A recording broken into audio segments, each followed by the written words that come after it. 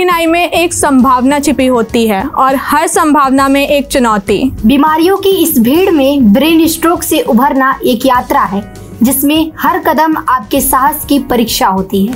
Brain stroke के बारे में विस्तार से जानने के लिए देखिए हमारा स्पेशल शो वेलनेस मैटर, सिर्फ मंगलवार रात 8 बजे। सेहत अच्छी होगी तो मन खुश होगा और मन खुश होगा तो जिंदगी अपने आप खुशहाल होगी। नमस्कार, आप देख रहे हैं वेलनेस मैटर। मैं हूँ आपके साथ नित्या दुबे और मैं हूँ आपके साथ अल्फिया खानम। आज का हमारा विषय है ब्रेन स्ट्रोक।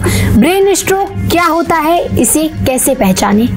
दिमाग के किसी हिस्से में अगर थोड़ी देर के लिए खून के बहाव में रुकावट आ जाए या नतीजन दिमाग के उस हिस्से में ऑक्सीजन की मात्रा कम पहुंचती है और वह हिस्सा मरने लग जाता है, यानी नष्ट होने लग जाता है। इस स्थिति को हम ब्रेन स्ट्रोक कहते हैं। मेडिकल की भाषा में इसे सेरेब्रोवैस्कुलर एक्सीडेंट कहते हैं या आम भाषा में इसे लकवा, फालिस या पैरालिसिस भी कहते हैं। ये मुख्य रूप से 2 प्रकार के होते हैं, लीकेज टाइप या ब्लॉकेज टाइप।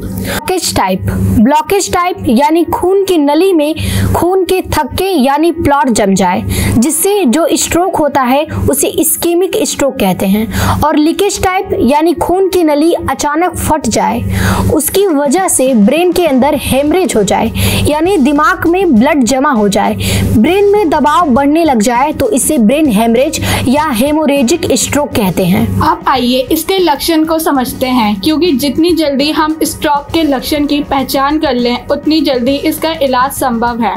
तो अगर किसी आदमी के अंदर अचानक से आवाज में बदलाव होने लगे, चेहरा टेढ़ा होने लग जाए, एक हाथ या पैर काम करना बंद होने लग जाए, दिखाई देने में अचानक से परेशानी होने लग जाए, अचानक से खाना निगलने में तकलीफ होने लग जाए, ये सब ब्रेन स्ट्रोक के लक्षण हो सकते हैं। सबसे जरूरी बात यह है कि ब्रेन स्ट्रोक को होने ही ना दिया जाए।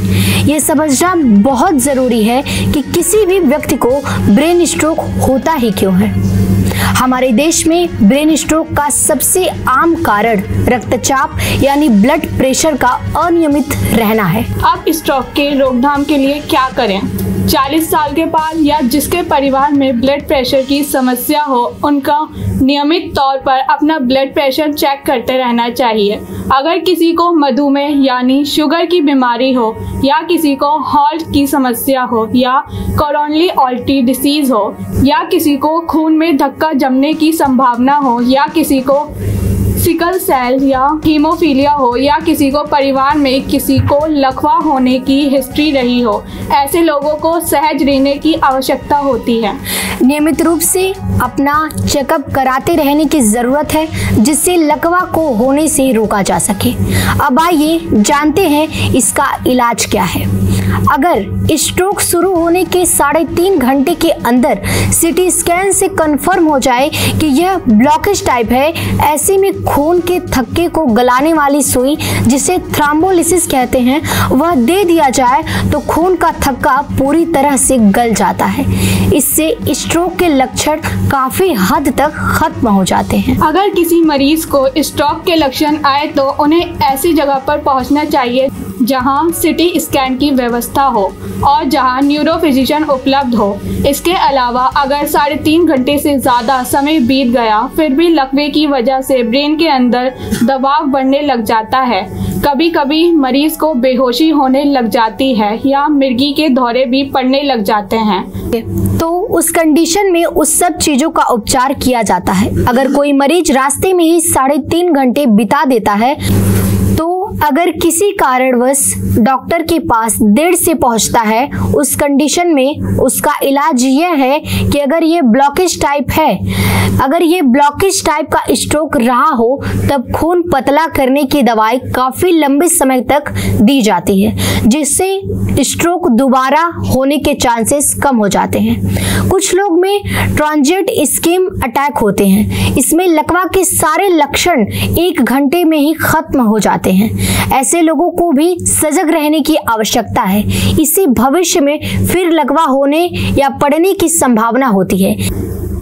इसलिए इसके दिल की सबसे अच्छी जगह से जांच करानी होती है और दिमाग में खून सप्लाई करने वाले नसों की जांच करनी होती है और दिल की धड़कन नियमित रूप से चल रही है या नहीं चल रही है, खून में वसा की मात्रा कितनी है, इन सब चीजों की जांच करनी होती है जिससे कि भविष्य में लकवा ना हो।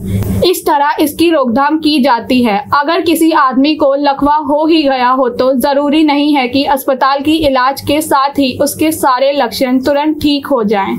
ये इस बात पर निर्भर करता है कि ब्रेन में कितने हिस्से को नुकसान पहुंचा है। अगर ब्रेन की ज्यादा हिस्से को नुकसान पहुंच गया है तो मरीज की मौत भी हो सकती है या हमेशा के लिए मरीज के शरीर का आधा हिस्सा काम करना बंद कर सकता है या मरीज विकलांग हो सकता है।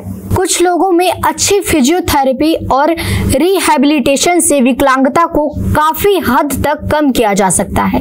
ऐसी कोई दवाई नहीं है जो आपकी अंग में आए विकलांगता या कमजोरी को ठीक कर दे, उसे सिर्फ और सिर्फ अच्छी फिजियोथेरेपी से ही ठीक किया जा सकता है।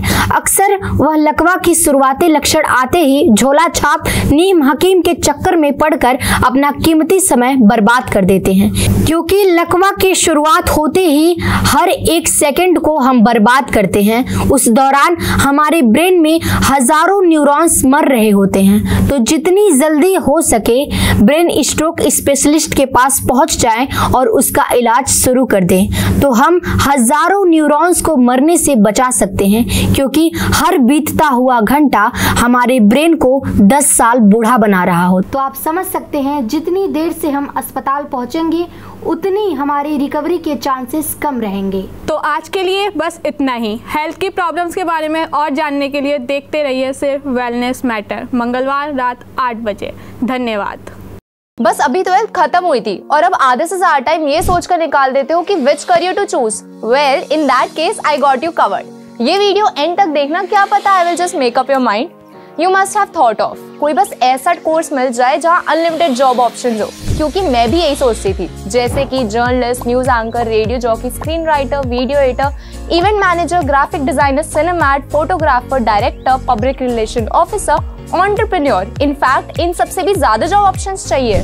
तो just choose BAJMC as your career. BAJMC is not just about theory but plenty of practical knowledge too. BAJMC as a course आपको प्रोवाइड करता है वर्ल्ड की बेटर अंडरस्टैंडिंग, मीटिंग और working with people of top notch industry. और सिर्फ यही नहीं, BAJMC as a course आपको हेल्प करता है to grow personally and professionally too. So what are you waiting for? Choose BAJMC, क्योंकि इधर आपको मिलेंगी एंडलेस पॉसिबिलिटीज।